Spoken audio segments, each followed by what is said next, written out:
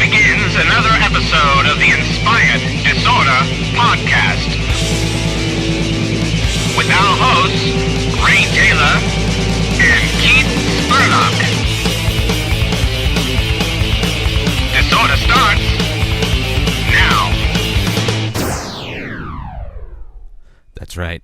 Another episode starts, and it always starts with my main man from Ohio, Keith Spurlock. Keith Spurlock 1 on Twitter. What's up, brother? What up, Ray? You're getting all fucked up again. We were having some technical difficulties to start off, like we always do. You know, little red flare-ups of technology. It's on my side. Here, let me try to move it more. Oh, Jesus. Now your video froze. But anyway, we're also joined by our guest. Fuck Keith. Who cares? The internet doesn't want to see Keith tonight. Everybody just wants to see our man Jason, No Susquehanna, the host and creator of the Sacred Plant Show. How you doing? Hey, what's going on, guys? What's up, man? Keith, are you back?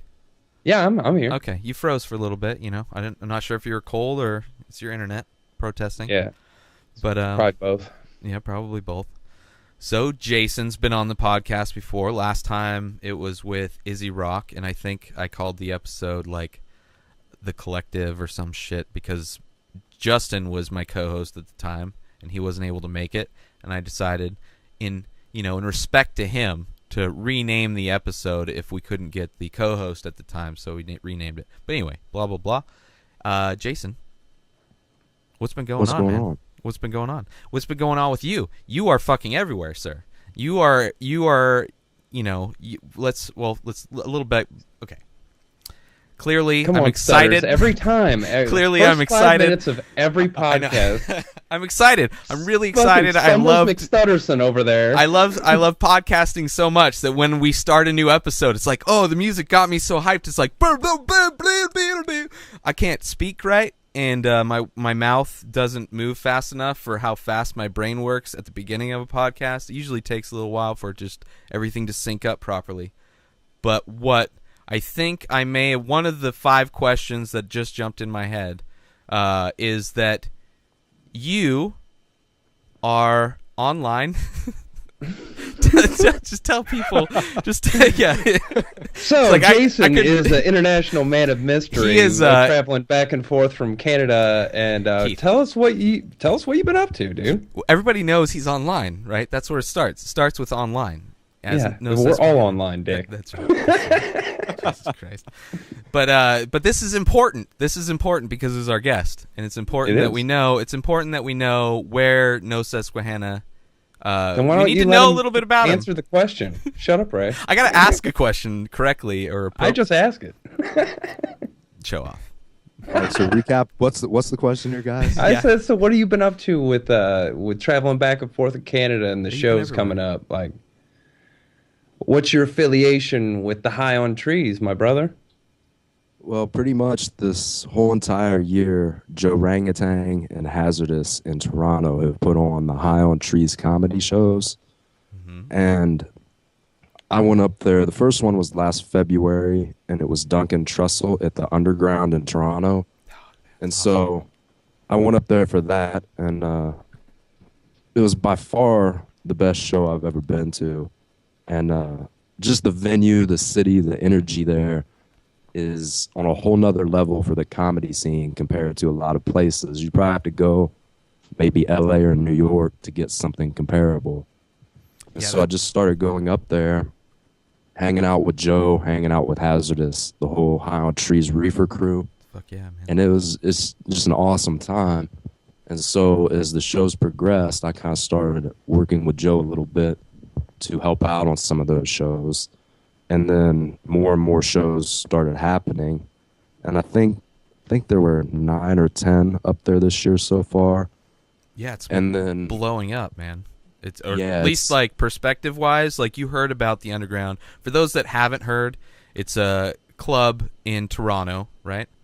And it's like a kind of like a speakeasy club. I don't know. I hear about it a lot more, but when I first heard about it, it was kind of a speakeasy thing. A lot of people were unsure if they could even talk about it. But it's like a comedy club, a very unique comedy club, right? Yeah, I'm actually going to drop the episode with the owner of the club, the Twitter handle. Her Twitter handle is @PuffMama420. Yeah. And also her website is puffmama.ca. Yeah. And so we did an episode of Sacred Plant Show that kind of goes into the history of that venue, all the comics that have been there. And it did start out as a completely underground thing where there was no advertising. Yeah. People weren't supposed to talk about it. Like kind of like Fight Club type situation. Like but for Tate Fletcher. A mix of weed and comedy. You guys are fucking, instead of doing stick fighting in a park where you were asking each other like you were at a dance, it was completely different, but similar. Fight Club. Exactly. You can't talk about it. Exactly. By the way, that was an awesome episode you guys had with Tate last week. Awesome. Thank you, man. It was fucking fun, man. The shitty thing is, like, all the stuff I wanted to talk about, we didn't even get up. It's like, that's how good it was. We didn't even get to a lot of the shit I wanted to talk about. But, thank you. Appreciate it. But anyway, Puff Mama. Puff Underground. Mama, Toronto, Underground. Yeah. So that episode I should have posted on Sacred Plant Show next week that'll go into a lot of history of that place. Yeah. But she's awesome. That club is awesome. So if it's you get a chance to... For those that don't know, I'm sorry for interrupting, but it's not your typical club because it's a very weed centric, very cannabis centric comedy club, like notoriously, like very unique because of that. Yeah, we're allowed to talk about this now. So basically in Toronto, there's a lot of different clubs that allow the comedy fan to go watch a show and smoke weed the entire time, just at your table in the room during the show. Yeah. And the Underground is pretty much the leading spot in Toronto to be able to see a show like that. And it's a crazy fucking experience. Yeah. Like entirely I'm so mad different at Canada. than anywhere else. I'm so mad at Canada for not letting me in. I'm closer than you are to Toronto. And I can't even go there. It's fucked. Yeah, you got to get your paperwork sorted out so you can come check the scene out up there. It's fucking crazy compared to like your local Funny Bone or, you know, chain comedy club where you're going to go in, you're going to sit at a small table. Everybody's going to be pretty well reserved. You know, you're going to have drinks, and then that's pretty much it. In this scene, it's just pretty much going to one of these clubs is the direct equivalent to sitting inside of a bong rip for about 2 hours. Yeah. That's what I've heard. You have 100+ people just chain smoking weed. Yeah. And the room just fills up. And so what it does is it changes the performance by the comedians. Because the comedians, no matter what they do, they're just breathing in weed smoke the entire time. Yeah. In just huge levels. They get super fucked up. And then they kind of have to come off their scripted routine of their material because the set lists don't seem to, you know, come together in the correct order. And so even if you've seen somebody perform a whole bunch of times, their set for instance, at the Underground is going to be completely different. It'll be a one-off show every time. And it's always fucking hilarious. Yeah, it's like you're stepping into a different dimension and watching the same comedian, but in like a totally different viewpoint. Oh, well, like I fucking know, like I've been there. But what it sounds like, anyway, is that I can only imagine like that being a completely different experience than you would get at a normal club where it's just alcohol generally. Yeah, it's just a completely different thing, and I very much recommend anybody that gets a chance to take a vacation up there because Toronto's pretty much an adult playground.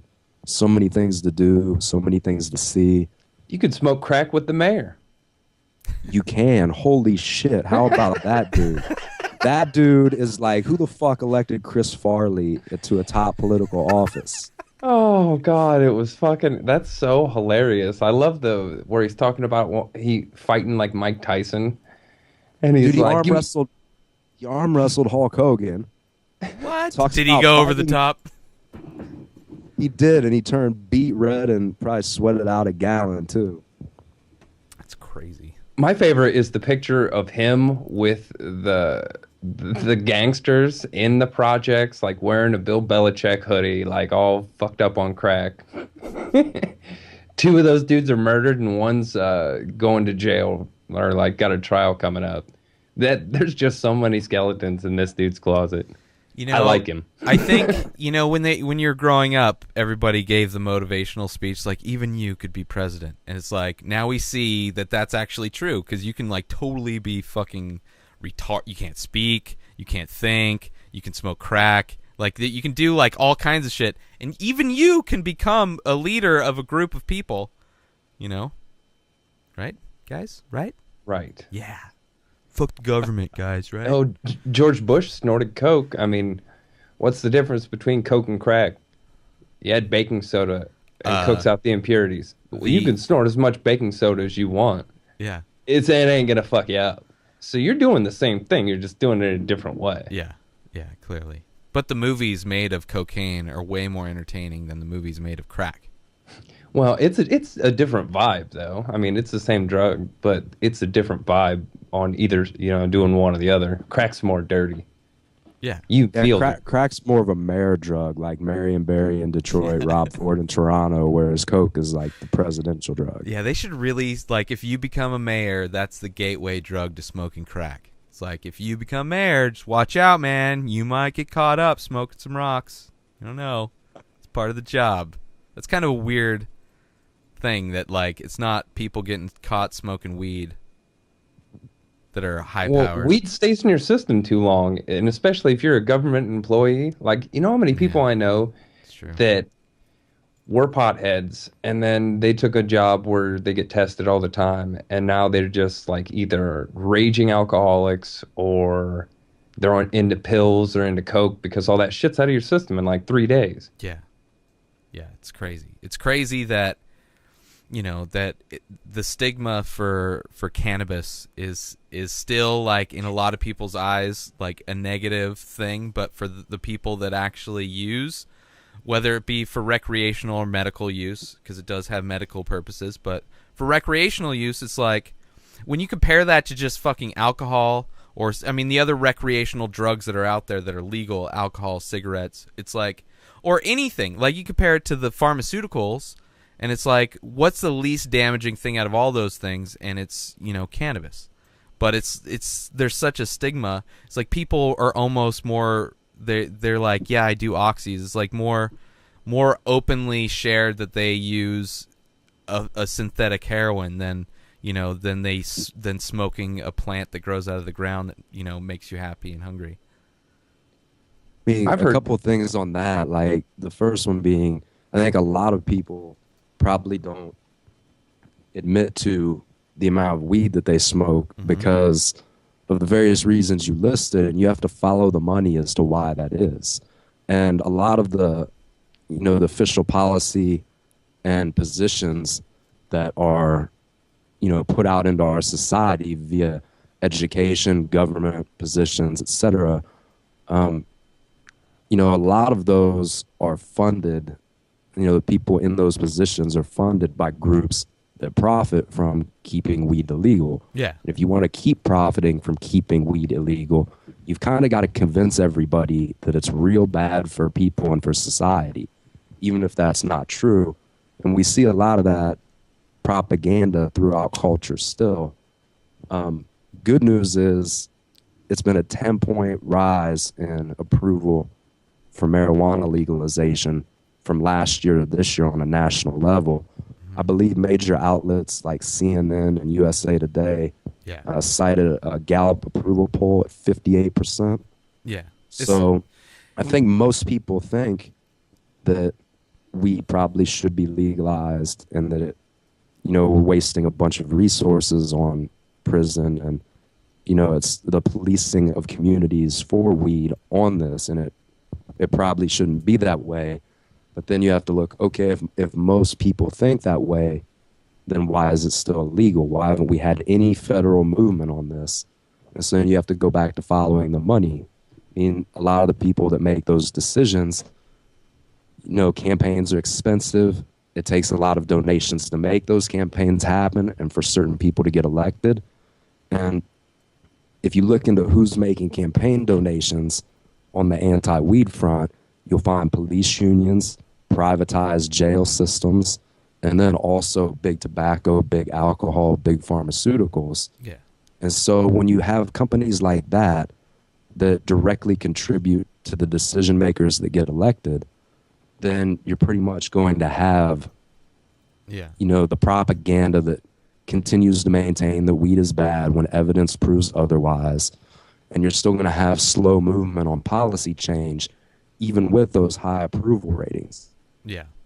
Yeah, it's I mean, if you just look at the people supporting the keeping it illegal, it's like those are the people that stand to lose the most, and it's clear that's not like you're getting organizations where it makes sense more. Like you get for drinking, there's like, Mothers Against Drunk Driving. You get like a lot of like just people like everyday kind of organization people like starting organizations because for them it's damaging to their lives. There's things that are directly affecting them, but you don't see that with cannabis because there's no, I mean, aside from people that are already kind of comfortable in their lives of being lazy or unproductive or whatever, it's like a lot of those people get plastered as like the poster child for this thing. Like, don't turn out to be this loser dude still living at your parents' house. And, it goes back to what you were saying. It's like a lot of people that do use this plant aren't able to talk about it. So the fact that there's probably a way higher percentage of people that you interact with on a daily basis that do smoke or use in whatever form it's available cannabis, but because of where they work and because of the stigma for it or because of so many different variables, they can't talk about it.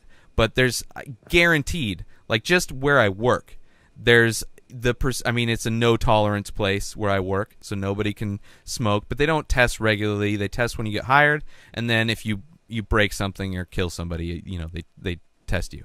But not many people have died, so that's good. But at the same time, there's a shitload of people that use cannabis, which is perfectly fine because they function. It's not like, it's not like they can't do their fucking job, if they smoke the night before or whatever. Or, if some people, can function. Some people perform amazingly on weed. So I think part of the fact that you can't even talk about it at a lot of jobs, is the reason why a lot of people don't even, it feels like nobody's smoking it but you, or nobody's using it but you, until you really pull back that veil and see what's really happening, I think we lost for sure. Keith's internet dislikes this conversation of cannabis. It's very disappointing.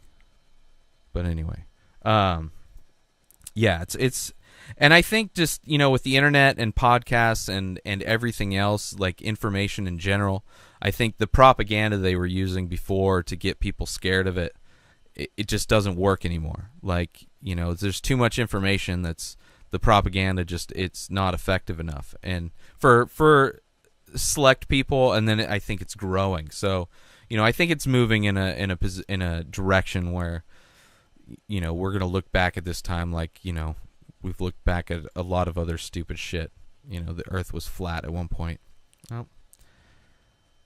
And I think I lost both of them. So Nope, I'm still here. Okay, you're still here. Okay, that's good. I should probably get a different image up.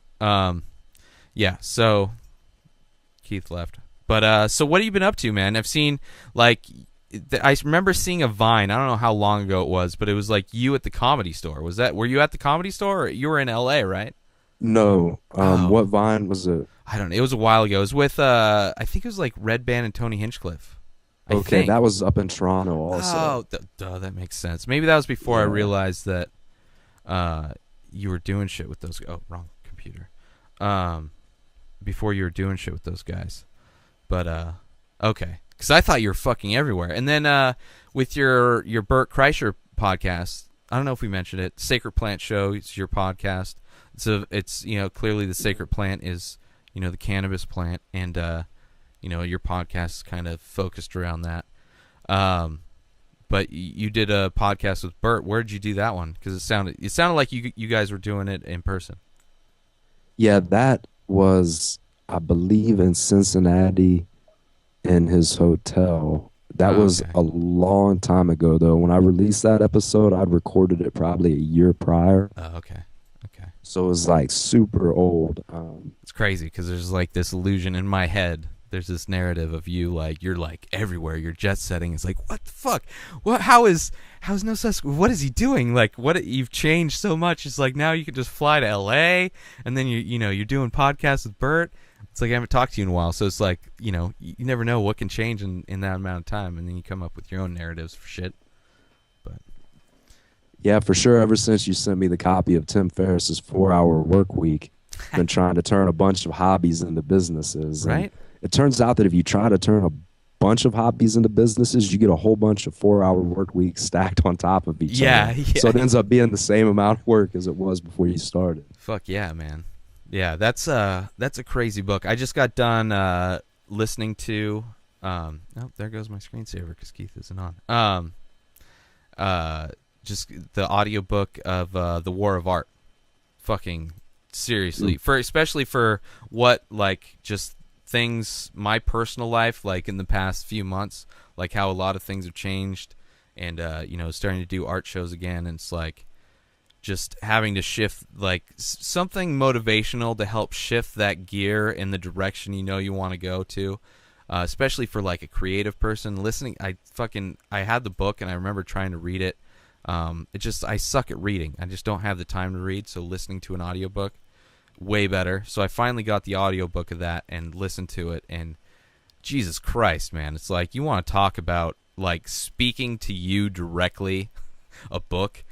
I don't know if it applies to everybody, but for me, that shit spoke directly to me. It's like, listen, this book knows all the shit that's fucking me up and keeping me from doing what I need to do, and I'm slowly opening my eyes to the different things that are happening, and it's like kind of realizing on my own, like, certain things where in the past I had, like, kind of self-sabotaged or whatever, just afraid of being successful, or afraid of, like, just basically thinking too far ahead. But listening to this book, it kind of gets you in the right mind state you need to be to kind of be living this different lifestyle, because so many people are institutionalized to living and I've from school started working full time, so it's like I've been institutionalized for so long, and now it's trying to transition that into more of a free form kind of a way to live and somehow pay bills is kind of a daunting and a different experience for me. So listening to that book is like fucking super motivational. But it started with the 4-hour work week. It's like there's certain ideas in there. It's like, oh yeah, that makes total sense. Like just being able to work without having to work, like set up systems to make things simpler, be more efficient. So I'm glad you got stuff out of that, man. So what stuff have you been working on besides you got the High on Tree stuff, right? Yeah, actually, to finish up on that point, so I spent a bunch of time in Toronto this year helping out Frank and Joe with the High on Tree shows, and this coming weekend is going to be the first one that we bring the High on Tree shows to Ohio, and not just Toronto. And that's going to feature Aaron Kleiber as the headliner, and then also Shannon Norman and Gio Adesano from Pittsburgh, and then Dom Baker, and then your co-host Keith Spurlock. Yeah, Keith, are you there, in Columbus, Keith? Ohio, at the Woodlands Backyard at 8 o'clock on Saturday. Tickets for that are on Brown Paper Tickets. And also, Death Squad Ohio is going to be having a huge pre-party for that. It's going to be a meetup at the restaurant section of Woodlands Backyard. We'll probably do that at about 6 o'clock or so. Mm-hmm. And it's going to be like Woodlands is catering the food, and there's going to be drinks and all that. So anybody that's listening to this that wants to come out and have a good time, we're basically going to throw a huge-ass party. Nice. And there's going to be a comedy show in the middle of it. So check that out if you get a chance. Fuck yeah, man. That's the one thing with doing the podcast and just listening to all the other podcasts, like the Death Squad shows. Like, Ohio is huge. Ohio is like the biggest like location of so much concentrated fans of comedy and podcasts, and just like it's awesome. So I wish I could go. I really want to go to that. It'd be awesome to fucking. Plus, I could finally meet Keith in person for once. See, you have been out to a meetup here recently. I saw on Twitter that you guys all met up in LA. It was a Yuck and Dogga Yuck, and Dogga, Jill Jill. Yep. and EDBs and a bunch of other people. Wasn't there like a bunch of people that came out to that? Well, the situation was we went out there and the Yuck Dogs, Edie and Jill, we all got a place. It was like a real world kind of thing. We got like this duplex place. We rented it from Airbnb, which is like a cool place. Instead of staying in like a hotel, you like rent out people's spare bedrooms or spare guest houses or whatever. And so we were staying there, and I'd never met any of those people in person, but we were all staying together for like a week. So it was kind of a weird situation, but it ended up being like the most fun ever. Like I've never laughed so much ever in my entire life. But while we were there, we met up. We went to like Ice House shows. We went to the Comedy Store a few times. We hung out with. We went to watch the Packer game with Gareth and a bunch of like people that, like, I don't even know who they were, but I'm sure they're a bunch of actors and stuff like that. But it was so much fucking fun, man. And it's like, before that I'd met Mike Maxwell once. I met him up at the Ice House for a show, and then I've met JR before. Those are the only two people that I've met really from this community in person. So being able to hang out with a bunch of people is like, I can understand how comfortable and amazing it is to hang out with a bunch of people that, like, it's very weird to hang out with a bunch of people that are into the same shit you're into, like, because that's not something I'm used to at all. Like, it's very difficult to find anybody that gives a shit about the things that I'm into. So it's fucking amazing. But I can't imagine, like, you guys in Ohio, there's just so much more people. So it's like with us, and plus we were in LA, so it's kind of weird in general because none of us live there. Like, we had all, I mean, I'm the closest one in San Diego, but in Ohio, it's like all you guys are kind of home. And I guess I don't know how close you guys all were to the show you went to, but We're all probably between Izzy and, like, everyone's pretty much within 2 hours. yeah. So that's the drive to LA. But like when I went to LA, they were asking me, it's like, where should we go? It's like, what should we do? It's like, I don't fucking know. I don't live here. It's like, I mean, there's a lot of touristy shit to do in LA, but I've never done it, and I don't know where it is. And the traffic sucks. And we were having way too much fucking fun in the living room, which was kind of weird, but also fun. Those fuckers. But anyway. So how was the Ice House show that you went to? That's a show that I've always wanted to check out. I think that was my third time. It's fucking awesome club. Like, I mean, they've 2 rooms. The room that I've been in twice, super small room. I think like 80 seats or some shit, and you're like right up on the stage. And then their other room is, it's decent. I think it's like a 300 seater or something like that. And the big room that I saw in Ice House was the podcast that Red Band and Duncan Trussell reunited, and it had fucking Tom Segura, Bert Kreischer, Joey Diaz, Duncan Trussell, Red Band, Rogan, Brian Callen, like like Ari Shaffir and Sam Tripoli were like the 2 guys that were missing from that crazy lineup. But I went and saw that one, and then when I went to see the last one, I think it was Tony Hinchcliffe and I can't even remember. Oh, Dean Del Rey, fucking hilarious. I think there were like 3 female comedians that I'd never seen before. I think Sarah Tiana was one of them, and the 2 others. But it's fucking awesome. It was in the smaller room. But it was kind of weird going there with like people that I just met like the night before or that day. Along with, like, we met up with a bunch of other Death Squad people at the Ice House. So it was, I don't know, it was a unique experience, I guess. It was fun. It was fucking hilarious. It was, hilarious comedy, fun night, and then the Comedy Store is fucking ridiculous, man. That place. All right, so for people that don't know about the Comedy Store that may listen to this episode, why don't you break it down for us and let us know a little bit about what that experience is like, because that's like a mythical place in the way that the underground in Toronto is mythical. It's like there's always crazy fucking stories associated with it. the history of it goes back a long ass time. Yeah. Like, what was that whole scene like? Fucking like the Death Squad shows, like everything they've said, like how it's like a play, like clubhouse and shit like that. It's like definitely a clubhouse. Like it's just people moving everywhere. There's 3 rooms, and the place is like some surrealist like sculpture of a comedy thing where it's like mazes and shit. It's a crazy place. Easy to get lost, I'm sure, but it's not even that big.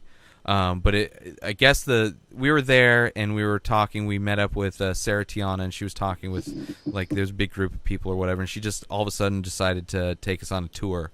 So we're like going through this tour of the Comedy Store, and it's like these small hallways and like weird angled turns and things like that, and we go up to the green room, and they're like, you can look through this hole, and it's like this is the peephole where the mobsters, because it used to be Cyril's nightclub, like gangster owned or whatever, and Bugsy Siegel, I think, was it? I don't know. But so there's like these little peepholes where they could look into the different rooms and like, hey, get that guy out of here, get that guy out of here, or whatever. And we're going through the whole thing. We went there to go see Kill Tony and the Ding Dong Show, which are both recorded Death Squad shows that are recorded in the Belly Room, which is like the smallest room. It's kind of in the back, kind of a weird location. Cool room though. But the history of the room, allegedly, is that they used to perform, I think back when it was a nightclub, they used to perform abortions in that room.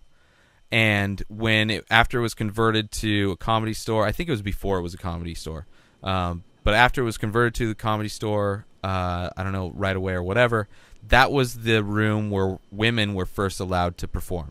So it's this room where there used to be abortions, and now that's the place where women try to be funny. So that was kind of weird. And then just, there's even like, it's so weird that there's a line in the city and how they tax it. And the line goes through where there's a kitchen. So if you order something for this particular room that comes from this kitchen, there's a different tax than comes from the other part of the Comedy Store. Like, it's fucking weird.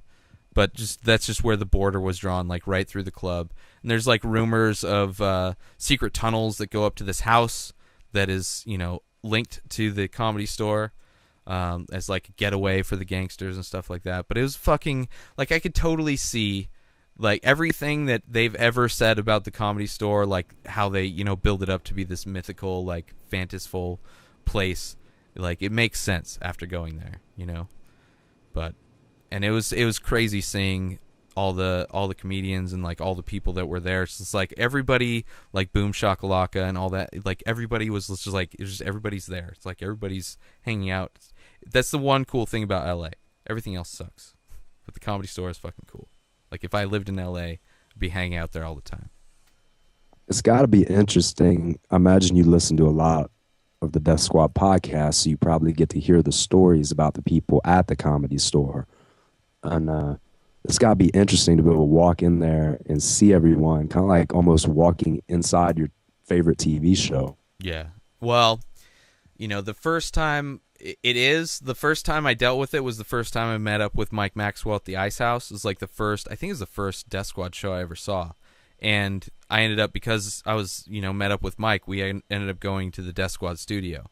So walking into that studio was like, whoa, because that was back when you had the Naughty Show was still there. They had was the Bone Zone was still there. They had a lot of shows. Like, now it's not really. They barely ever do any shows in there. Like, everything's kind of, for the most part, like the couple shows are still at the Ice House or at the Comedy Store. So walking in there, that was like oh, that's like crazy. Like, I'm stepping into what I watch into TV. It's like going onto the set of The Cosby Show or some shit. But when I went to the Comedy Store, like, I had, aside from Kill Tony and the way it's filmed, it's hard to see what the room's like when you actually go in there. It didn't get that much of a feel to it. And I've seen a bunch of the comics. I haven't met a lot of them, but it's like I'd seen a lot of them. So, like, it wasn't as, like, kind of weird, worlds colliding like it was going into the Death Squad studio the first time. So it may have been like that if I never got to see behind the curtain early. But it's fucking crazy, you know. But you know, whatever. What podcasts are you watching now? Like, are you still? I mean, I know you're busy and shit, but which ones are on your subscribe list right now? I always try and check in with what you guys are doing. Like the Tate episode was the last podcast that I listened to all the way through. Nice. I also really like Daniele Bolelli's podcast. Mm-hmm. Hardcore History is pretty dope too. And I try and catch up on Naughty Show, What's Good with Freddie Lockhart. I mean, there's a ton of podcasts I listen to. Also podcasts on IDC like Izzy and Scott, Izzy Rock and Scott Epics on the block. Yeah. And, you know, fuck the sample hour, though. I never listen to that bullshit. Oh, yeah. Which is hilarious because, you know, you're probably in bed with Drew right now, curled up to him. They're snuggling. Hey, baby, you mind if I use your Skype real quick? I need to talk to some people. You gotta do what you gotta do for good tech support these days. Hey, I've slept in Drew's bed before. Oh Jesus, I'm talking to a couple fucking Drew sample sluts right now. It's great. Hey, I was sleeping with my girlfriend and Drew was sleeping on the couch, but I did sleep in his bed. He just watched for like an hour and then he was done. Well, he probably just watched us while we slept. Yeah. That's always the best way to do it when you have guests over. You know, that's probably why my roommate's moving out. It's because he just got tired of me standing in the corner, just staring, like stroking my beers. That's how he sleeps. Okay, interesting. So yeah, that's how this podcast goes, guys. Same thing to wake up to. Oh man. So yeah, with the whole High on Trees shit, what are you doing for them? Like, you seem to be, I mean... Skype has been dropping off. What's up? What'd you say, Keith? Did we just lose Keith? I don't know. So anyway. I said my Skype's been dropping off. Oh, yeah. Hello. Yes. We hear you kind of now. Wow. Now you're better. Getting better. All right, there we go. Yeah, the audio's better. There's no video, which is fine. Like, I got rid of both your videos, so. Hopefully. Yeah, I think my audio's on like a delay, though. I don't know. Maybe.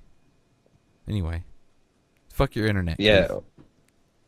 Okay? That's what I'm saying. That's what I said about a minute ago. There's a really big delay. That's me, too.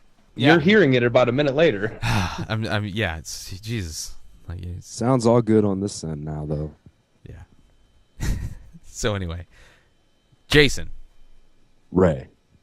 What up, man? Are you still doing the sneaker shit? Because you're a big sneakerhead. Yeah, big time sneakerhead. For some reason, that's one of my things. I don't know. Everybody has the shit that interests them. That's one of the things that interests me.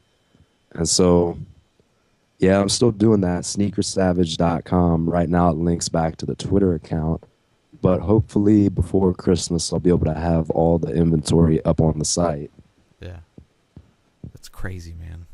When did you get it? I don't know. I mean, we've talked about it before, but how old were you when you got into sneakers, like on that hardcore of a level? I mean, I don't know how hardcore it is compared to like actual other people, but you know. I don't know. I always liked Nike Air Max and Air Jordans when I was a kid, and my parents would never buy that shit for me. And that's just like, you know, most kids, you want a whole bunch of shit. Your parents don't really buy it for you. And so I never really had a chance to have any of the sneakers that I wanted growing up. And when I got into college, I'd gotten a pair of Air Jordans as a Christmas present from a girl I was dating at the time. It was the first pair that I'd had, and I had like one pair before that growing up. So it kind of sparked my interest in it again. Yeah. And I kind of realized that like now there's this huge deal going on with like Nike and Air Jordans in the sneaker world and sneaker culture. Mm-hmm. And it's like a huge business. So I realized if I went to the store and got a couple of pairs, that they would go up in value immediately, and then I could either trade them for other pairs that I wanted or sell them in order to make the money to get the other pairs that I wanted. And so at that point, it kind of just became a little hobby where I would buy, sell, and trade, kind of like kids do with baseball cards. But how old were you when you started doing that? After college, early 20s. Okay. Okay. And so it's just kind of mushroomed into this huge monster of a hobby business. And, Yeah. you know, I do what I can with it. But What's your favorite shoe? Do you have a favorite shoe? Or pair of shoes, I guess? dude, I really like Nike Air Max, like a lot. I've had so many pairs of those, and they've always been super comfortable. Like I played a lot of sports growing up and through college, and I got a lot of wear and tear on my body, especially my knees. And I've had several knee surgeries, and so wearing comfortable shoes really makes a huge difference in like the comfort level that I have with those injured areas. And so the Air Max has proved pretty much the most comfortable pair of shoes. Like when I wear them, I can walk around all day, not have to have knee pain in any of the surgically repaired areas. And so that for me is like a landslide win over any other pair of shoes. Yeah. But do you have like as far as like a collector type of shoe? Like do you have like the one shoe that you're like, this is the fucking bomb. This is the top of my collection. Because you have a collection of shoes, right? I'm assuming anyway. I don't know.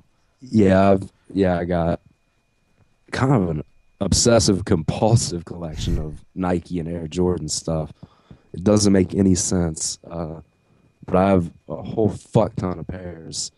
And I don't know, I change my mind back and forth all the time as to which ones are my favorites. But it's kind of like an eye of the beholder type situation. Mm-hmm. Some people don't give a fuck at all. Some people take this, the sneaker game super seriously. And so then at that point, it's just like, which particular thing strikes your eye from an aesthetic standpoint? Kind of as an artist, I'm sure you can understand how that works. Like you walk through a whole museum of paintings and be bored by most of them, and then some just appear to be completely captivating. So it's kind of a similar thing. Which foot paintings are captivating you? Which ones do you go back and forth over that are like, this is the best? Well, I don't know, maybe this is my favorite. Like what's your piece of art? What's the, I don't know, maybe you don't even have to own it. What's like the creme what's the Mona Lisa of shoes for you? I'm not really sure about the Mona Lisa, but I think that one of my favorites is the Air Jordan 1 from 1985. And it, just because it was such a different shoe for its time. Before that, you pretty much had all white shoes or all black shoes. Mm-hmm. And that was the first model that mixed up colors that match the uniforms of the basketball team, like Jordan Chicago Bulls. Black and red. Black and red. Yeah. Yeah. And so they came out with black and red and then all different color combinations. And they were really the first company to mainstream to do that on a large scale commercial level. Yeah. And it kind of just changed things up. That opened the door for pretty much every other company to copy what Nike did at that point. And it's led to when you walk into your mall and you go into like a Foot Locker or a Finish Line and there's like 1,000 different pairs of shoes and all kinds of crazy colors and designs. It really opened the door for all of that to happen. Yeah. So, and Air Jordan 1s are a nice, clean, simple design. They have a whole bunch of different colors. And so I think they're my favorite just for that reason. Now, do you own a pair of Air Jordan 1s? Yeah. My favorite ones of those, they're called the Band ones. And it was the black and red colorway from Jordan's rookie year. Uh-huh. And that's the one pair of shoes that launched Nike into the, $1 trillion company that it is today. Yeah. Because before that, they were like one of the smallest companies. Yeah. And they made the pair of shoes that were black and red instead of all white or all black. And the NBA banned those shoes. And they started finding That's even better. Yeah. It's like you want the best marketing. Like come out with something new and then have it banned. Yeah, the NBA banned it, and so that made its popularity soar. And they started finding Michael Jordan like $5,000 or $10,000. People can Google it, but they started finding Jordan a lot of money for every single game that he wore it. Yeah. And then Nike just said, "That's all good. Keep wearing them. We'll pay the fine to the league." So And smart. so that just got Nike so much attention, Yeah. marketing, advertising, all of that publicity, and that pretty much launched their company. Yeah. And now they take, I believe, an 84% market share, and they pulled down $22 billion Holy in revenue shit. in 2010. Jesus So- Christ. You go from, yeah, that's some big league business right there. Yeah, and to have that much, that's their market share is 82% or whatever the fuck you said. Yeah, it's in like the low 80s of the Holy entire shit. athletic apparel market. So out of like people that buy athletic shoes, 82% of them are wearing Nikes. Yes. Reebok, Adidas. I don't even know if Reebok's Every around. other company that you can think of is They're in all- the other like 15, 18% of the market. That's like what computers were. It's like Windows was the Nike, and now it's changed because computers have changed. But like that Nike is like the Windows of shoes. But Dude, it totally is, and that shit's crazy because look at where their headquarters is in Beaverton, Oregon. Yeah, They've yeah. basically turned Oregon, like the College of Oregon, I don't know if it's University of Oregon or Oregon University, but the Ducks, yeah, that like 10, 15 years ago, that was a nothing program. yeah, And now it's an athletic powerhouse in multiple sports because it's basically Nike's pro team. yeah. It's the only. I mean, you never hear about the Trailblazers. You know, you hear about the Oregon Ducks, like their football team, like their football. Like I don't hear about any other organization or like anything else coming big sports wise coming out of Oregon. And I'm not big into sports, so just I think that's like because that was able to get up so high and like so many people's radar that even I know that Oregon is fucking Nike. And when I was driving out, I was gonna move up to Oregon forever ago, and then a little bit more recently as well. But when the first time I was going to move up there, I drove up there. Driving by Nike is like that's a compound, man. I don't know if I drove by Apple, but driving by Nike, it was like, holy shit, this is like legit. But do you ever wear your those Jordan shoes, the ones? Oh, all the time at this point. Really? Because, yeah, all the time. How scared are Because you? they're so comfortable, though. Those got to be There's- worth. That's got to be worth so much money, though, right? Well, they do. It's every year or every so often they'll re-release the vintage models. And Uh-huh. so the pair that I wear all the time was released a few years ago. Oh, okay. Like original pairs, I have a few of. Mm-hmm. And after they get a certain age, you pretty much are at risk of them falling apart if you wear them. Mm-hmm. And then pretty much it just becomes like A piece of art. a piece of art, a collector Yeah. item, however someone wants to look at it. Some So- garbage in the way of your house, like a hoarder, I'm sure. It would Yeah. be looked at by some people. Yeah. But Yeah, man. It's like you're like wearing prints. Like if to compare it to like an art thing, like you're a reproduction of the original. You're like wearing prints, so it looks like the original, but it's not the original. But it's still worth money, Exactly. because it's still based on the original. And the original is pretty fucking popular, so it's fucking crazy, man. So you're into that, and you're into cannabis, and you're into comedy.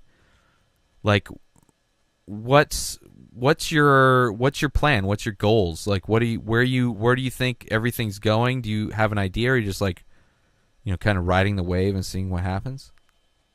I mean, it's been an interesting last couple years, and definitely I've been pulled in some directions that I never anticipated. Mm-hmm. Things would unfold in certain ways, but for the most part, yeah, I'm just riding the wave and seeing how all this plays out because I've been fortunate enough to be able to take a lot of the things that I'm interested in and start small businesses with those interests. And so I kind of get to do that instead of having to go have like a real job, so to speak. Fuck yeah. Like, you know what I mean? I'm not getting in, driving on the highway in the morning and going into the office for 9 hours. Like, I don't have to do that right now. Yeah. And being able to do the things that I enjoy for a living is just such a good experience that I kind of just want to see what I can do to try and make sure that I can always do this. Fuck yeah, man. That's So that's the individual- goal, right? That's the goal for like most people, like to not get trapped into some like 9 to 5 thing and to actually be able to like be sustainable doing the things you love to do. Right? Yeah, I mean that's totally the case. I know at least it is with me. Yeah. Like I went to college, I got degrees, like all that shit. Went and worked in the corporate world. Went and worked in blue collar places as well. I've worked in several factories in my early 20s and just trying to get a sense of different jobs and what different career paths were available and what those experiences would be like. And being able to do things that I was already interested in instead of doing things I felt like I had to do has just turned out to be a much better, much more fulfilling, arrangement of the situation. Yeah. Yeah, I mean, that's the thing, like if you're doing something that you enjoy doing, it doesn't feel like work. So it's like, you're having fun. I mean, it's not always easy, but at least it's like it's a lot easier to do really hard things for something you love to do than it is for, doing hard things for a company that doesn't give a fuck about you. So if you're able to fucking do hard work or, even if you're lucky enough to get away with not doing even difficult work for something you love doing, but you're able to exist and like survive doing it, like fuck, that's the fucking dream, It's like that's what so many people want to do, but one of the hard questions is like, what can I do that's gonna like what can I do, or like maybe it's you hear about it from like creative people or whatever, and for most people that are working like just a regular 9 to 5 job or some other kind of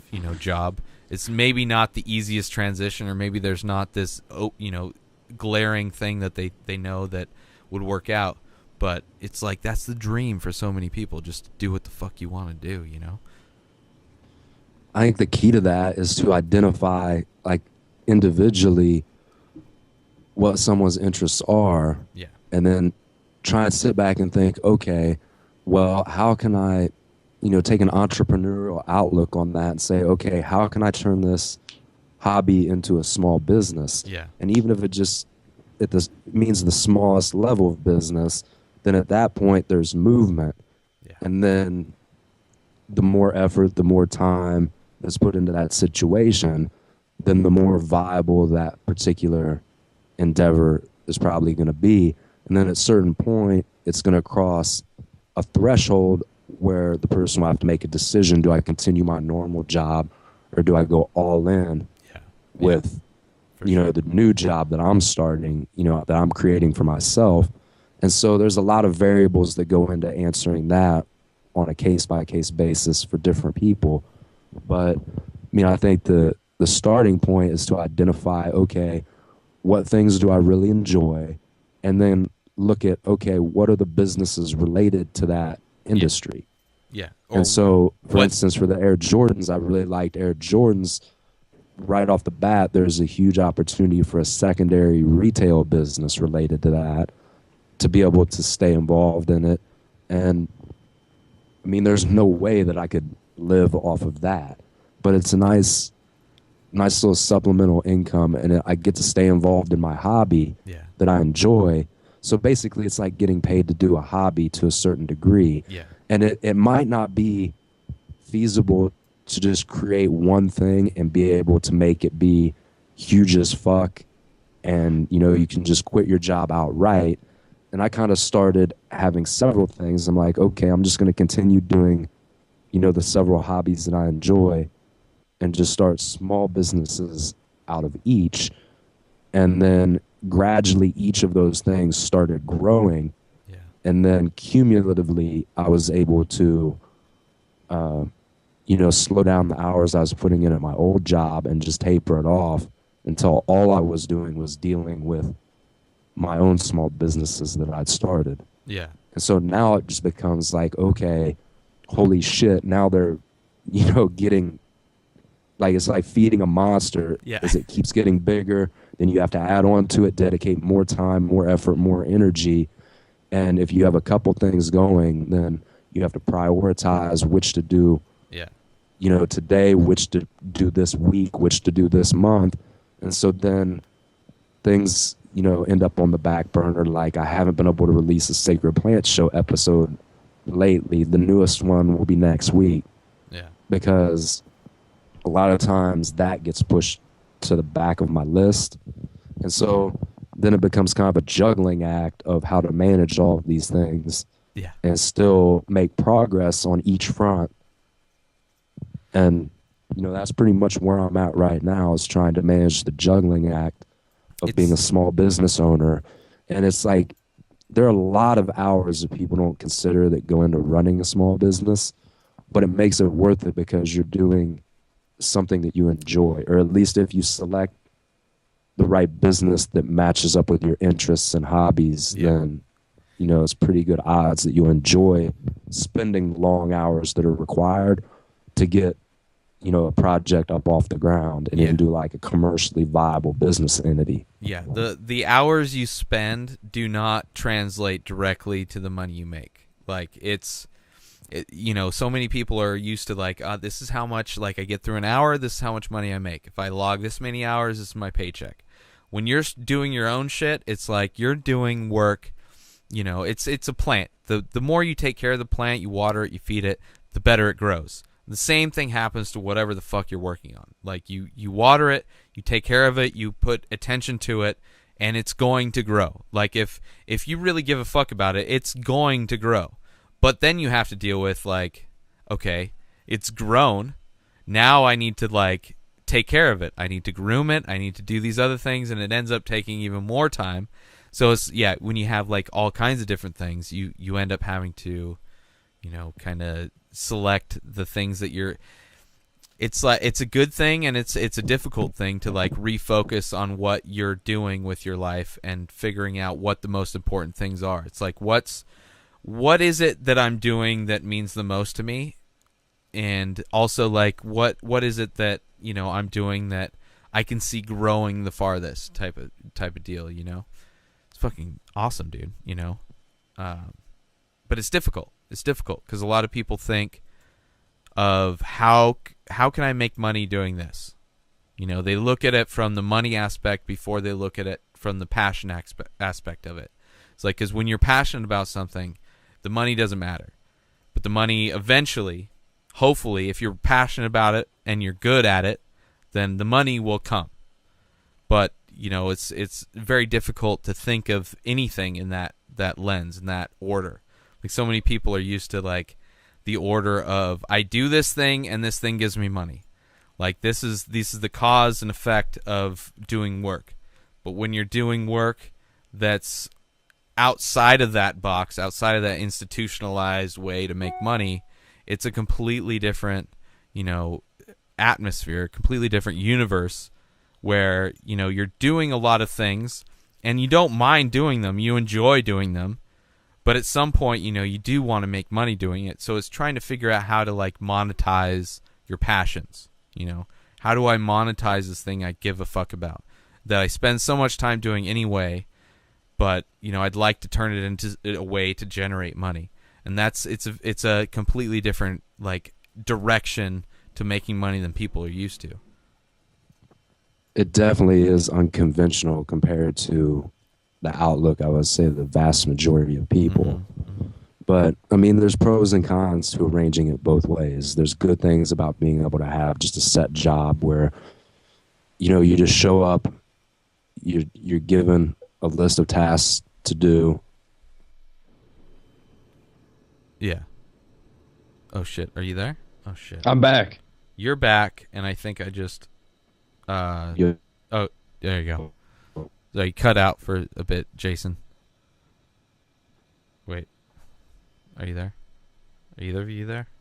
Hello? All right. Hey, before I drop back off, because hello? Yeah. Can anyone hear me? Yes. Yeah, before it drops off again, I can't follow this, so I'll try to call in with my phone or whatever, but the Skype's not working. Okay. Do you have the number? You want me to tweet it to you? Yeah, I Text already called in once for a minute. Oh, did you really? On Yeah. the phone number? Yeah. Okay. I can barely hear you guys on my phone too, so something's going on. So, but I'm gonna try to call in on my phone. Okay, man. Or actually, it's working right now. I'll just use it. You Just- sound clear right now. Just you know, just make it happen. If it drops one more time, it might be the end of me on this one because Okay. I've heard about 3 minutes of what you guys have said in the last 40 minutes. Yeah. No, it's all good. I mean, try calling in or whatever happens, and Well, you know, I'll ride we'll roll this with fucker it. till the wheels fall off, but then I'll call in if it drops one more time because I'm about ready to throw my laptop. Well, Keith, just in case you do get disconnected again, what question do you have for Jason? I don't know. How fucked up are we gonna get this weekend? Oh, sweet baby Jesus. This is going to be, I mean, just, you better have some shit canceled on Sunday. I wouldn't have plans on So, Sunday. okay. You're going to need some recovery time. Okay, Oh. what's going on this Sunday? What's going on this Sunday, guys? Anybody? Sunday. Hello? Am I speaking to myself right now? Oh, shit. I fucking talk, and everybody... Oh, there we go. Screensaver. Oh. Oh, I love... Yeah. So I asked... The Skype disconnected. Maybe it's on my end. Probably on my end. I have a lot of technology herpes, and they flare up from time to time, and they've been flaring up a lot. I don't know, stress. Maybe stress. Stress is causing my computer to fuck up. But I think Sunday, if I'm correct, they have a show coming up. Woodlands Tavern. Backyard, I think it's called. Patio. It's not the actual Woodlands Tavern, but it's a bunch of comedians. Keith Spurlock. Oh, here he is. Speaking of which, Keith, are you there? Yeah. Okay. You both cut out just as I was asking what the fuck is going on Sunday. So it's a show of a bunch of comedians that are fans of Death Squad, not necessarily Death Squad comedians that are getting together, correct? Yes. It's going to be, like you said earlier, it's me, Gio, Adesano, Dom Baker, Aaron Kleiper's headlining, and there's one other guy, and it's a shitty promotion. I've already forgot his name. But he's probably, just call him the secret guest, and people will be surprised when he shows up. Just like Doug Benson was the secret guest. Oh, Drew Sample. No, Jason already said his name earlier on the podcast. I just have a very bad what's memory. up? And my internet's All right. a piece of shit. That's all right. I don't know what happened because you both got disconnected at the same time. So it could be on my end. I mean, everything's still streaming fine, so I don't know.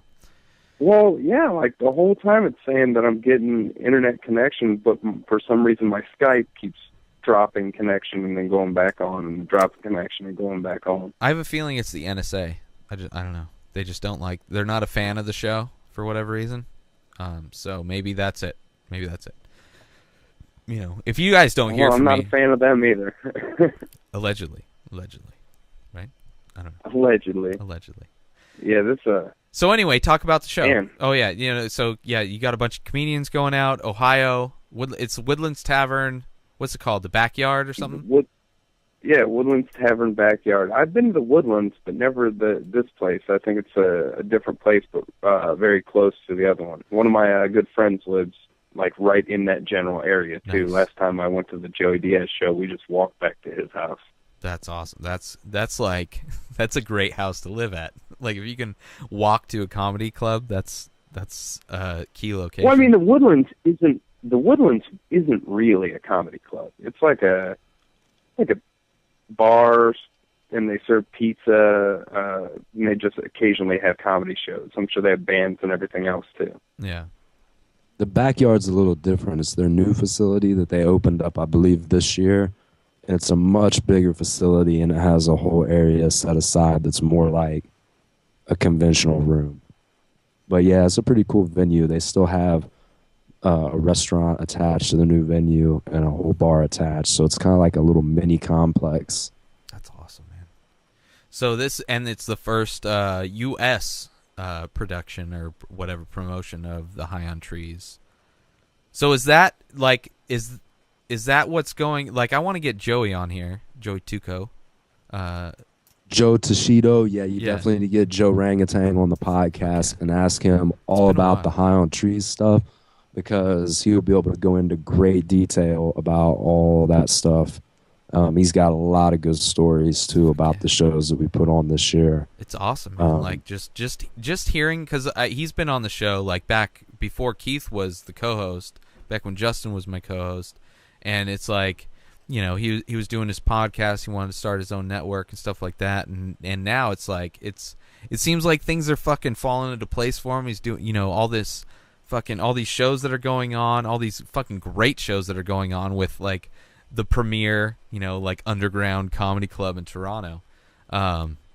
It's really exciting. So yeah, it'd be really cool to get him on. But the first and you guys have planned to do more US shows, right? Yeah, actually, we this Columbus show is going to be the first one that we do in Ohio or in the United States in general. But for next year, we're going to be having a lot of shows, and you guys should have Joe on, and he'll be able to break the news probably on several. Nice. But we're definitely going to have the same shows that were in Toronto last year, trying to have most of those in various spots here.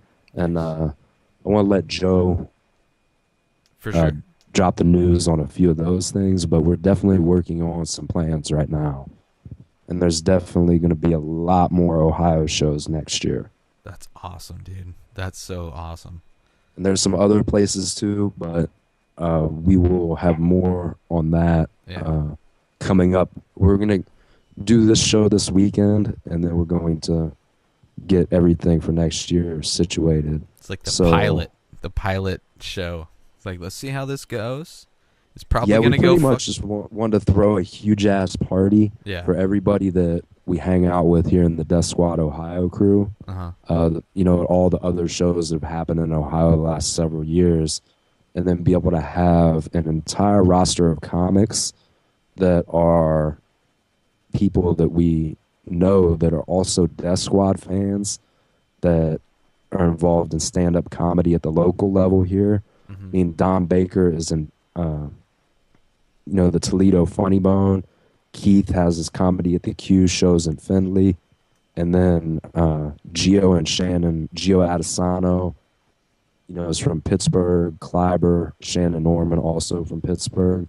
So we wanted to be able to have some people from the region that were the lineup for the show to be able to support the local comics that are Death Squad related and that, you know, we believe in, and be able to just make it into a huge party. And then next year we'll have more of the shows like Toronto had this year. Nice. That's awesome, dude. God, I had a question. I just completely blanked on it. Love it. So, when did you get into comedy? Like, did you get into comedy from podcasts, or were you into comedy before that? Yes. I'd never been to a comedy show before the podcasts. So what? And I'd never, like, it really wasn't my thing. And I got onto the podcast through MMA.tv, the Underground. It's pretty much the best MMA forum on the web. And Rogan posts there, Eddie Bravo. I think Tate used to. And so it's like a cool place for information about MMA, the UFC. And so Rogan posted a thread that he was starting a podcast there.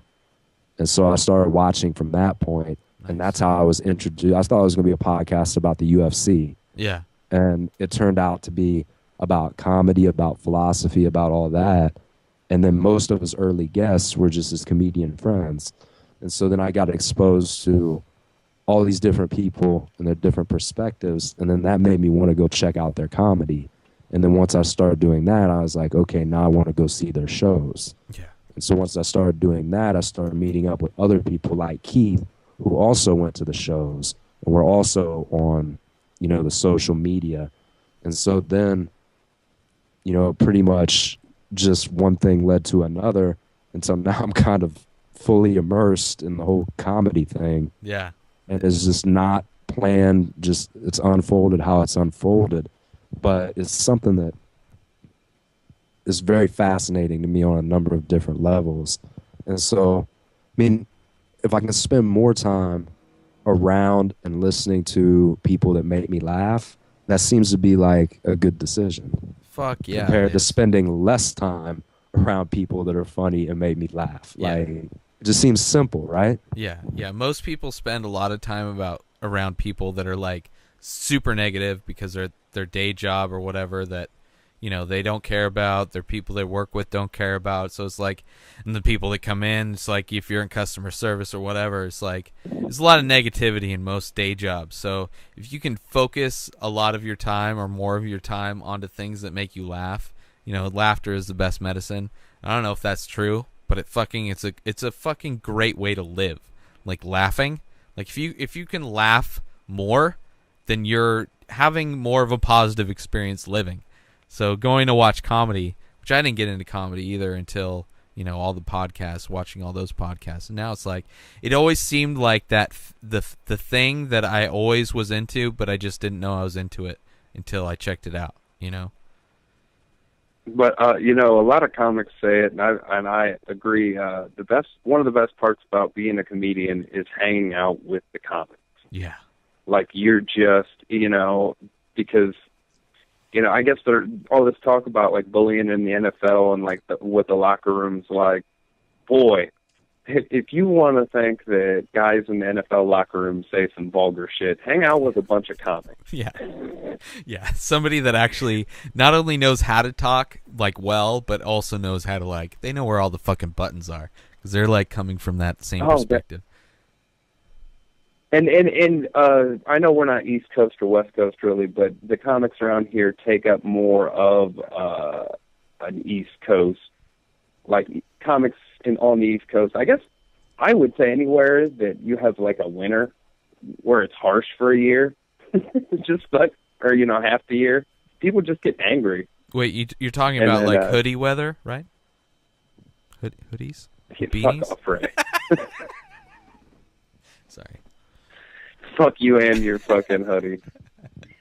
I'm wearing like a thermal and like a fleece-lined hoodie right now and the hat. I'm like sweating. And I'm still cold. Yeah, I'm like, it's So really, cold. my windows are open. I forgot to turn a fan on, so I'm like, it's really hot in here right now. It's sad. Did I mention go fuck yourself, Ray? You know, I would do, it's inappropriate to be doing that stuff on a podcast, I think. Again. Dude, I'm super jealous that you're out in San Diego right now. That's probably my favorite place in America to be. It's so fucking beautiful there. And it's so shitty out right now where I'm at. Oh man. Yeah, it's awesome, but it's expensive. So it's, you know, it's you pay to play kind of thing. So, I don't know. Move out, dude. I got a room for rent. You want to move out to San Diego? I would love to move out to San Diego, but there's no way that I can make that happen right now, homie. That's why I avoid coming out to California, because I know if I even go there on vacation, I won't leave. Yeah, that's why I was like, I just won't leave. Like, I already know. I used to live there when I was a kid in San Diego. We moved back here, and I every time I go back, I don't want to leave. And I know now at this point in my life, like, I probably wouldn't leave. I'd probably just be like, all right, fuck it. Yeah. Staying. Yeah. So maybe in a couple of years that will be the move. But for right now, you were saying that a couple years ago. Yeah, no, isn't that what everybody does though? Yeah. Yeah. Just a couple more years. Yeah, that's what people say about like starting. It's like, yeah, dude, I'm gonna do art in a couple. That's what I've said for so many years. Like, yeah, I'm gonna start doing art again. Couple years. Yeah. What's the update on your art, man? I saw the Ray at Night thing on Twitter. Was that like, tell everybody what's going on with that? So yeah, Ray at Night was last Saturday. It's the second Saturday of every month. I'll be there for the next 2 months. Next one is the December 14th show. It's like a street fair. It's on Ray Street in North Park, which is, you know, people can't buy this kind of marketing. You know, it's like the event's called Ray at Night. It's on Ray Street in North Park. North Park is kind of like a hipstery part of San Diego, which, you know, by Sam Tripoli, I've been called a hipster, and probably by other people, but I don't think I'm a hip. I listen to some. I'm hipsterish. I have hipster tendencies, but so it's my first It's the time. glasses and the beard, dude. It's the glasses and the beard. That's all that it is. Yeah, that's fine. If that's all that connects me to being a hipster, like I don't think hipsters are as evil as not evil, but negative connotation. Like I don't get insulted if somebody calls me a hipster. But anyway, it's so it's like a street fair. It's like an outdoor thing, and you get like some stores. There's like a lot of like there's a pet photography place down the thing. There's an art school on the street. There's on the other side. There's a little architectural firm. Then there's a framing shop, and some of them have their doors open. They hang art and they promote artists, and then like artists can purchase tent spaces, little 10 by 10 canopy spaces.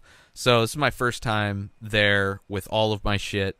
Inspired Disorder, Full Effect, and I got a canopy space. I'm going to be there the next 2 months. But it was good. A lot of traffic, a lot of people enjoy it. Like, it's a lot of positive and interesting conversations. It was actually, there's a painting that I have that's it's a photograph mounted on wood, and then it's got paint over it. Toofies is the name of it, and it's basically a picture I took of a dude that I know at a party, and he was playing his guitar. Then I, did the thing. But anyway, there was a guy that came in, and he was, had a guitar slung around his neck, and he's like, I know that painting. I'm like, really? You know that? And he's like, yeah, I think you gave it away as a promotional thing to my dad a while back, and it's been on our refrigerator ever since. And I used to sell prints of that. Like, the last art shows I was in is mostly prints that I was selling of my artwork. So at some show back, 07, 08, his dad picked up one of my prints and has had it on his refrigerator the whole time. And he just happened to come in, the son just happened to come into my tent and see the original print. And he didn't buy it, but, that's okay. But it's fucking crazy. It's like meeting somebody that knows who the fuck you are and you don't know who the fuck they are. It's like he's seen my art for I don't know how long. And not that he knows who I am, but it's like he's seen that, and then he goes, it's kind of a fucking weird thing. But it was cool. I don't know. It's my first step back into doing art, showing my art, and now that I've learned all that I've learned from doing the Inspired Disorder podcast and the collective and all that other shit, like just how to utilize the tools that are freely available to everybody online, like Instagram and doing podcasts and having a website and all this shit. It's like I realized doing that most artists, like after I got home, I had a ton of energy, so I went on Instagram, which is a huge social network for artists. Went on there, I went on Twitter, and I went on Vine, and I searched Ray at Night hashtag. And on Twitter, there was like, aside from me, there was like 1 or 2 people. On Instagram, there were maybe 3 people. Vine, nothing. So it's like, and it was a packed thing, and tons of people and all that. It's just like, nobody knows how to utilize social networking. And I think because of that, I think I have this, and I'm handing out the podcast on DVD form, which I think each new episode, like this episode, is probably going to be a DVD that people can get for free at Ray at Night. And it's just a way to promote other projects that I work on that are also related to my artwork, So overall, even though financially it wasn't like a success, like just having so many people come through and finally see my art, and even though it's a lot of old artwork, it was a really positive experience. And I've like in the process of finishing a bunch of pieces, and I started a couple new ones, and I want to really start cranking out new stuff because a lot of the stuff is from like 07. I have one of the paintings I had was from when I was a sophomore or junior in high school, which I graduated high school in 99, so that painting was like 97-ish. But nobody knows. There was a drawing in one of the prints that I sell is a drawing that's like super old, but that got a lot of attention. Like, it's weird to see people excited to see something that I did a long time ago when I know that today I like technically and just like creatively I can do way better. So is a very positive thing. It's like I would almost imagine if it was a comedian that hasn't been in the game for a while, they go up, they do their set, like this old fucking set that they have like jokes from way back in the day, and people still respond to it super well. It's like, okay, well, at least I know that I still have an audience, and they'll be excited to see what I'm coming up with next. You know, so it was really good. But it's like super bottom, like it's like open mic stuff. Like I pay for my spot, you know, people, it's just an outdoor thing, so nothing's guaranteed. But I'm excited to do it because it's the first step on my journey, you know, towards that as, you know, a lifestyle, kind of. And I put you guys to sleep. Are you guys still even there? No, I'm still here, okay. man. Yeah, I'm here. Okay, I was just checking. I rambled on. It's very different podcast because there's no video for you guys, so it's like I basically see myself, so I'm talking to myself. So it's very easy to talk to myself. Now you guys knew what well, it's not easy. It's not easy. For me it is. This is what I do on a daily basis. All I do is talk to myself. Like even now that I'm part-time at work, people see me talking to myself at work. Like, I hope you're having a good conversation. So you're saying this is easy. Mm-hmm. So you're saying this easy? This easy, that's the title. That's the name I didn't have a name for the t-shirt design and the prints. Like it's like the Inspired Disorder shirt. Now it's Diseasy. Diseasy is the name of the shirt because it just makes sense. It makes sense on a lot of different levels, so that is the name of the shirt. Especially since we're having so much tech herpes today. Yeah, I have to really pee. Can you guys talk for a second while I pee? Yeah, sure. Sure. Okay, cool. Take it away. So, Keith, I got so the camping trip fell through this year. Yeah, that didn't quite work out. We'll have to get that set up for sure for the next spring. Yeah, I fucked I'm that gonna up. need That it was by my then. fault. That was my fault because I spent the whole summer in Toronto. Yeah, man. It's shit happens. Like it seemed like a few of us were busy on different times too, so it would have been. We need to schedule it out far enough where we can at least get a small group like we had before. Because that was a pretty fun camping trip besides the rain. Oh, dude, for sure. That was off the hook. We need to try and schedule one on the same weekend that you have a comedy at the Q. Like, what's up on that? Do you guys have, when's the next one for those? The next comedy at the Q is December 6th. It's a real good lineup, too. It's Keith Bergman, Gad Holland, Reese Leonard, B-Hop is going to be doing his first set. Shout out to Terrible B-Hop and the Terrible cast. Terrible. Like, fuck yeah, dude. We'll have to make that a huge Death Squad Ohio thing and try and get, like, everybody together for that. Maybe do a pre-party there, too. And it's going to be the return of Tom Warner, TJ Warner, the guy who was running the show with me before. Oh, shit. He's coming back. He's funny as fuck. So, we're getting the team back together. We never had a falling out, but he had a slight falling out with the bar owner or whatever and decided he was going to try to go a different way. And I actually asked him to come back because it's so much easier to run that shit with a partner than it is to just take on everything every time. So it was actually affecting. It was affecting my comedy. Right, there's a lot of stuff that goes into putting on that show, right? Well, I mean, it's doing all the promotion, getting just the sound hooked up.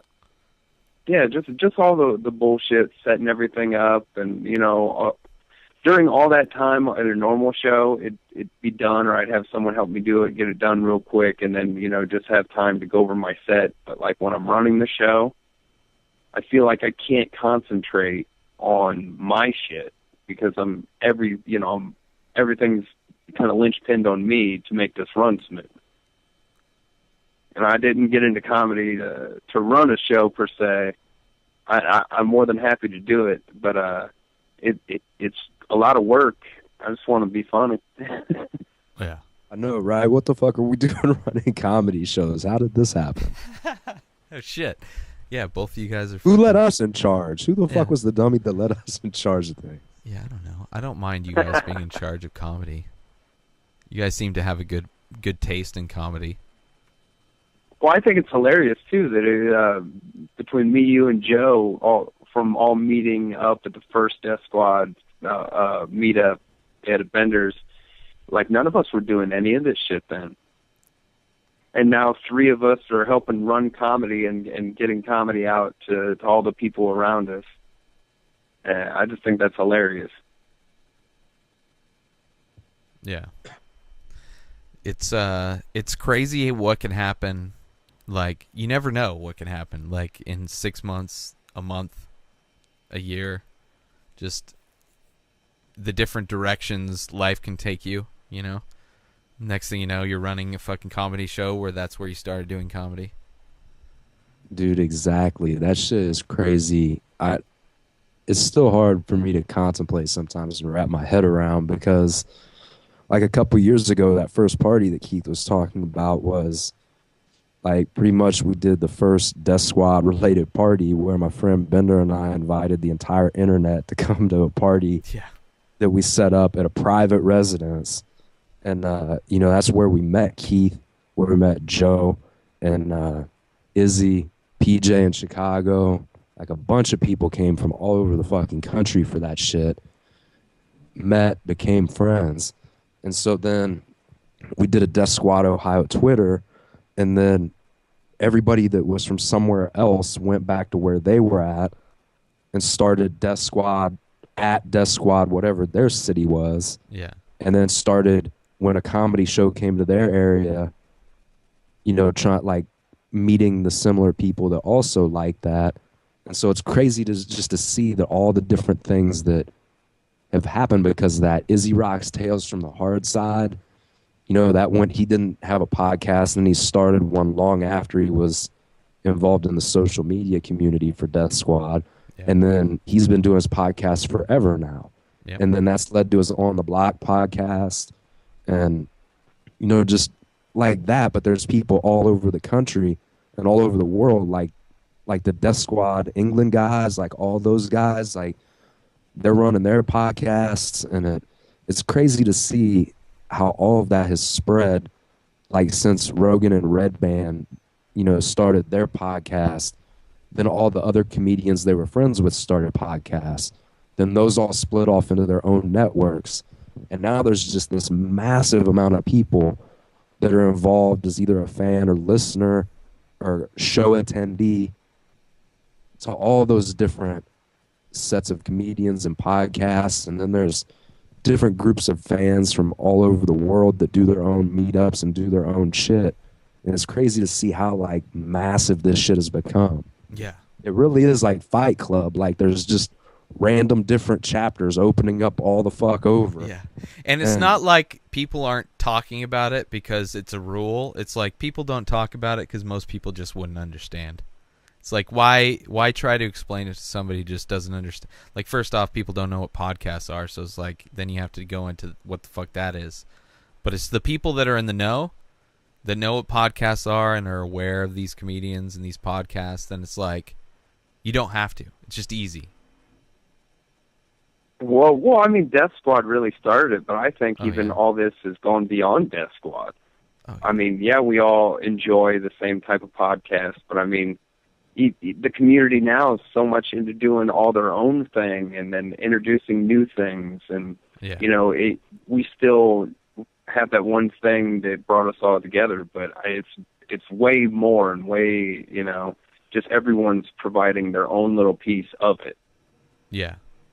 Yeah, it's people kind of just opening their eyes. It's like, oh, this is available to me. This is this is a creative outlet that I can do from home with little to no money or technology and still have a voice in today's world and be creative and do something. So, whether it's a comedian realizing that for their thing or just a regular guy that works or girl that works a day job that just needs some kind of creative outlet. It's the fact that it's become so accessible to people, is one of the reasons it's grown so much. But it's it is a different landscape than we were. It's like when we first started in Death Squad. Death Squad back then was different than Death Squad now. I mean, the podcasts are different, just the network's different, the community's different. Like, everything's kind of evolved to this other place where, you know, it's, you know, Death Squad is the catalyst for so much creation, so many people doing what they enjoy doing, that, you know, it's ended up it's evolved and taken on a life of its own, to where it's like you'd have to know the history of it to kind of track the lineage of where it all started. You know, eventually it's going to be like that. Right now, since we all were there at the beginning and we know the progression of everything, we see everything that's happened. We know the reasons why certain things have gone certain ways. But, you know, there's constantly new fans to Death Squad that may not even know, like, what it came from. Like, they may not know that there was even though they mention it all the time, that the first Rogan experience was snowflakes, you know? Oh, the snowflakes were fucking hilarious, Yeah. man. Red Band just high as fuck, trying to figure out what graphics he couldn't put up on the screen. And if you watch that episode, it's not good. Like, it's not a podcast. It's a live stream that they recorded of Rogan answering questions in the chat room, you know? Which, See, I remember watching that one when it was happening. Me and too, I'd never yeah. seen a podcast before. I didn't know what a podcast was. And I was just clicking from a martial arts site link. yeah. And I thought it was the coolest shit ever. Even in retrospect, we know it wasn't a podcast. It's evolved into something like way sweeter. But at the time, I was like, holy shit, they're not talking about the UFC at all. Yeah. They're just really, really fucking high and having a normal conversation. This is like a really sweet TV show. Yeah.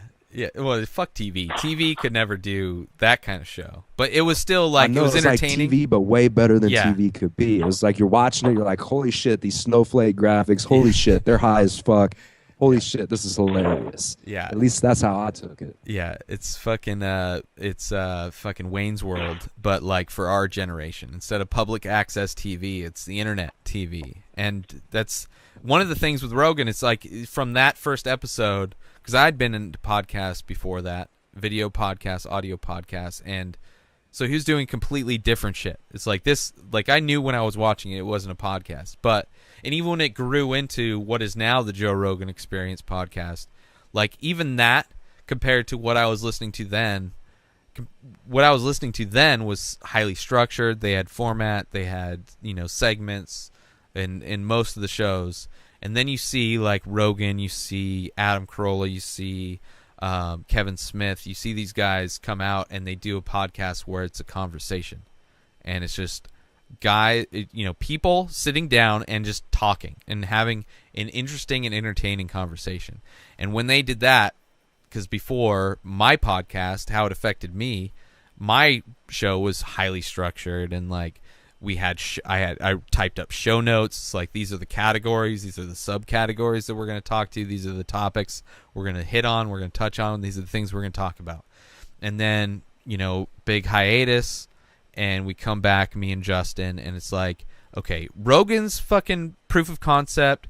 Adam Carolla had been a proof of concept when I first started, and Kevin Smith, and it's like, these guys are just having fun talking to people, and they're having success doing it. So why don't I just do that? Why don't I just start having a conversation with one of my best friends that I've known for like a decade, and then we'll just see where that goes. And, you know, I think part of just following your passion, following, you know, the things that you ever give a shit about, you know, it's when you start doing that, then you see that it's an easy fit. It doesn't feel like work because it's natural. It's something that, you know, you, like me coming on here, and when we first start a podcast, having every single fucking question going through my head at the same time, not being able to spit any one of them out in completion, is because it's fun, and you never know where it's going to go, and that's just how my brain works. It gets overexcited and just like fucking diarrhea all over the microphone.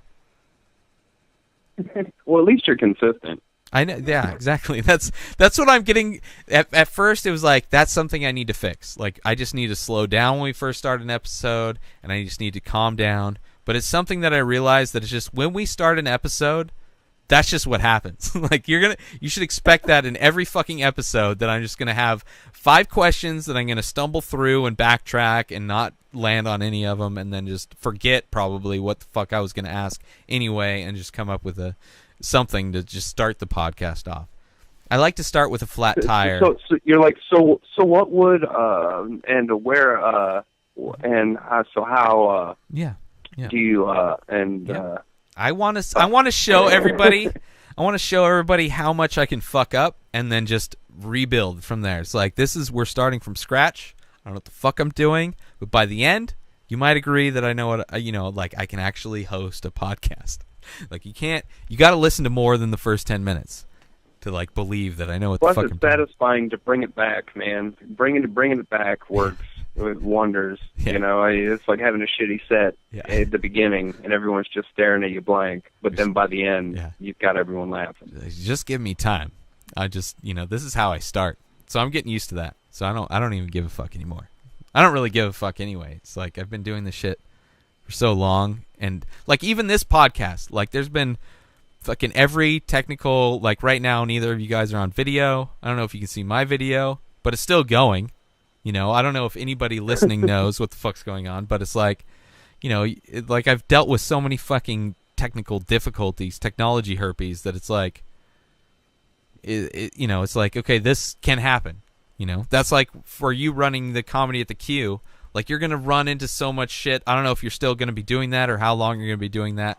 But the advantage of that, the silver lining of that, having to deal with that bullshit is that you're gaining basically job experience that eventually someday you may need to utilize just for, it may just pop out of nowhere, and it's like, well, I know how to deal with that.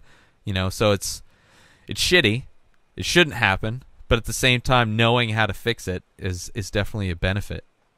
Just being able to roll with the punches. My biggest problem right now with the show is like our sound's just off. I don't know if it's the way that place is shaped or what. Like, it sounds good at one point, but then once you get past a certain point, it all just sounds fucking garbled or too high, or I always seem to have some sort of sound issue or something of that sort's running up to it. Again, that's why I say it's really hurt my comedy, because I'm worrying so much about technical issues, and I'm not worried about what the fuck I'm supposed to be saying. Yeah. Well, it's all beneficial in some way. Not necessarily beneficial to your comedy directly, but indirectly. Like you're gonna. I know how to hook up a sound system now. Yeah, I mean it's like the comics at the Comedy Store. Bringing it back to the Comedy Store, like after you go there and you see the chaos, that it's just like it's like a hornet's nest. It's like just people everywhere moving. There's like every theater is like in a different part of the building, so it's just like it's a whole crazy like kaleidoscope of just people everywhere. And it's being able to survive that, being able to survive going up with like crazy just people just off the streets being ridiculous and wasted on who knows what chemicals, bath salts or whatever. It's like you are definitely getting the best training like possible. So like on some level of that, it's like you're getting that from maybe not dealing with like harsh crowds directly, but at least on a technical aspect, you're dealing with some of that where it's 5 years from now you'll be like nothing. You'd be like, okay, that's fucking. Stop fucking crying. I've dealt with this 100 times. I know how to fix it. These are the steps that usually work before. And if not, this is what we do. We just talk really loud. We yell our comedy set at the crowd, and it works. That actually happened at the Ice House. The mic stopped working, and one of the comics, a female comic, just did it without, and it was a small room, so she could get away with it, but she just fucking belted it out. That happened 2 shows ago for me at a different place, but the mic went out on a couple comics, and then the last guy just put the mic away and just talked loudly. Yeah. I mean, it was a quiet enough crowd you could hear it, but I mean, it's different. You just got to learn to roll with the punches. Yeah, man. Fuck yeah. So Jason, Still there? Hey, what's up, guys? Yeah, I'm still here, Okay, but good. I've got to bounce off here. I got to take a piss like a racehorse. Do you want to take a piss and come back, or you want to just bounce out? Let's wrap this up. Okay, I let's think we wrap got it. enough technical herpes. And That's true. All right, fine. That's fine. We can bounce. We can do that too, man. I mean, we're coming up anyway. Fuck yeah. I mean, aside from the technology herpes, from my end, it was still a good podcast. And I don't know if that was just because I talk a lot, but it's very seamless from this end. Yo, thanks for having me. Wow, on, guys. it was- This was it an was awesome fun. time. Fuck yeah, man. So Jason, talk about what's next for Sacred Plant Show and all that, and put out all your plugs and all that, and just what projects you're working on, whatever you want to promote. Okay, all the High on Trees stuff, people can check out highontrees.com. Also at High on Trees 416, that's the Toronto branch, and High on Trees 614, the Columbus branch. And also check out Joe Rangatang and Hazardous on Twitter. Sacred Plant Show, new episodes next week. Also check out the Sample Hour, sneakersavage.com, at the Terrible Cast, and all the other IDC stuff that's awesome. Check out IDC also. Fuck yeah, man. I think that's all I got, guys. Fuck yeah. Well, thank you so much for coming on, man. Well, I mean, you're definitely going to be a regular just because, we're all growing together, so we need to keep in touch and see where everybody's at any given moment. And it's fucking awesome to see all the shit that you've been working on, with just everything. Finally getting the Sacred Plant Show out and all that, and also doing all the stuff with the High on Trees guys. It's fucking exciting just to see what everybody's fucking, same with Keith and everybody else, Izzy, and all those guys. But thank you for coming on, Keith. Keith Spurlock 1 on Twitter, Keith Spurlock on Facebook. Come check out the show this Saturday down in Columbus at the Woodlands Backyard. And check out Comedy at the Q on Facebook. Our next show's December 6th. And I'll see you this weekend, Jason. All right. Yeah, see you then, Keith. Fuck yeah. All right, take it easy. All right. All right, have a good one, guys. All right, man. All right, so you can check out me on Twitter at Ray Taylor. You can check out the Inspired Disorder podcast on iTunes, Stitcher, SoundCloud, Vimeo, YouTube, all that shit. Also check out our sponsor, hashtagshows.com, for all your comedy needs. If you want to check out the comics that we all love, Jason, Keith, myself, all the Death Squad comics, go to hashtagshows.com, see when they're playing, where they're playing, and check them out. Support stand-up comedy. It's really fun, man. I never got into stand-up comedy till I got into podcasting and discovered this community. And since then, I've been to so many shows in the past, couple years. And going to see live stand-up comedy, I've gone to see live bands, and it's a very similar experience, but different. If you enjoy watching comedy on like Comedy Central or comedy, or Netflix, or specials, or listening to fucking comedy, which is even more rare. If you're into comedy at all, going to see live comedy is an awesome experience, especially if you go see any of the comedians that are featured on hashtagshows.com. Also, I have a show, another show, Ray at Night. I had a show last Saturday on November 11th. Went great. Tons of people coming in. Handed out a bunch of podcasts. Ran out of podcasts. DVDs. I'm doing special video podcasts on DVD. I did Tate Fletcher, Sarah Dresses, and Yuck Nasty. Yuck Nasty was a 2-disc set because it was a 3-hour podcast.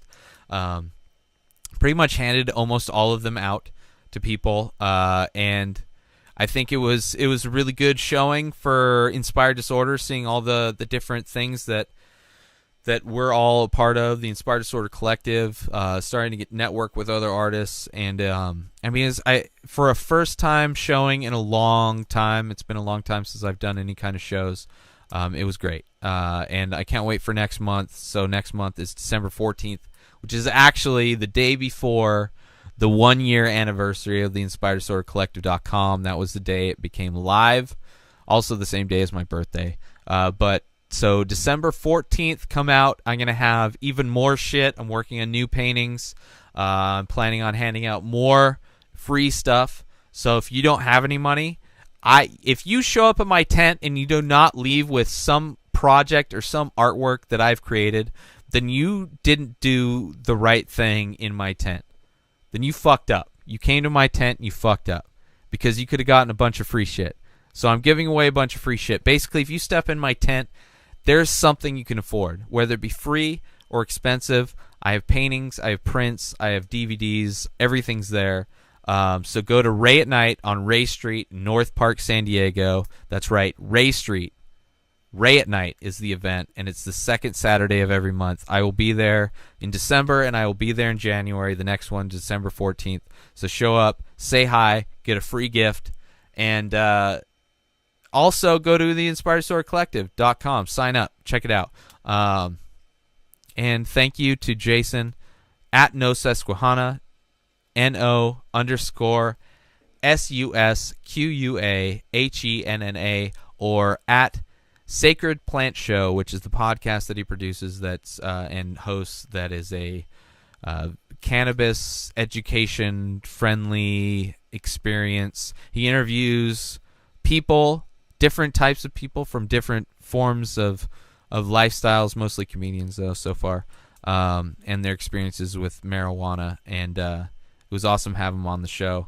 And don't forget to go to Comedy at the Q Facebook page, friend that up, and I think I've done enough sponsors, and I'll just wrap it up. So thank you everybody for listening, and I hope the technology herpes of this episode were not effective, did not affect your viewing of the live feed or the recorded feed, because all this shit just does not get edited. It just goes right up to the internet. And check out Jill Himitsu. She not only runs #shows.com, but she also helps get all the amazing guests that you see on the show on the show. Next week we have P-Tech, PDC, from, you've seen him help Red Band out on the Inspired Disorder Collective. I met him in LA, and he is now starting to do stand-up. It's very awesome. Check him out on Vine, hilarious Vine videos, on Instagram and Twitter, PTC, PETEECE, I think. I don't remember. But, you know, check him out. I probably just spelled it wrong, but whatever. Anyway, next episode, that's him. And thank you for listening, everybody. It's another episode of the Inspired Disorder Podcast. Peace out.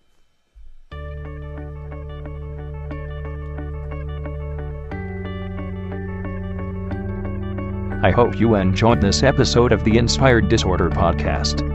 Embedded signals within this podcast have reprogrammed your natural thinking patterns.